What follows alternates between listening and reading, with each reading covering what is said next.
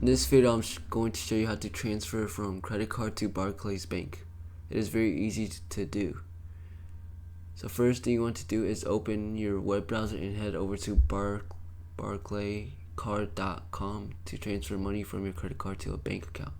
With Barclays or any other bank, you typically have a few options. Keep in mind that transferring from a credit card to bank account is considered a cash advance. It may come with fees and higher interest rates.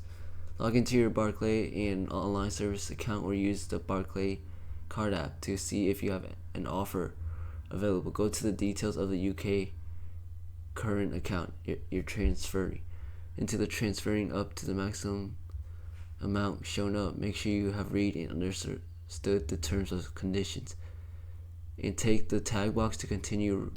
Remember that cash advances from credit cards often come with high fees and interest rates.